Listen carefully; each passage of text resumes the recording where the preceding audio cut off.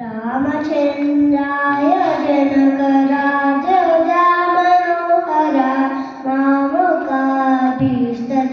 मैतमङ्गलम् कौसलेशाय आसदासपोषणाय वासवादिविनुत सर्वदाय मङ्गलम् चारुमेघरूपाय चन्द्रनादिचेक्षिताय आरुकतकशोभिताय भूरिमङ्गलम् विमलरूपाय विविधवेदान्तवेद्याय सुमुखचित्तकामिताय सुमदमङ्गलम् रामदासाय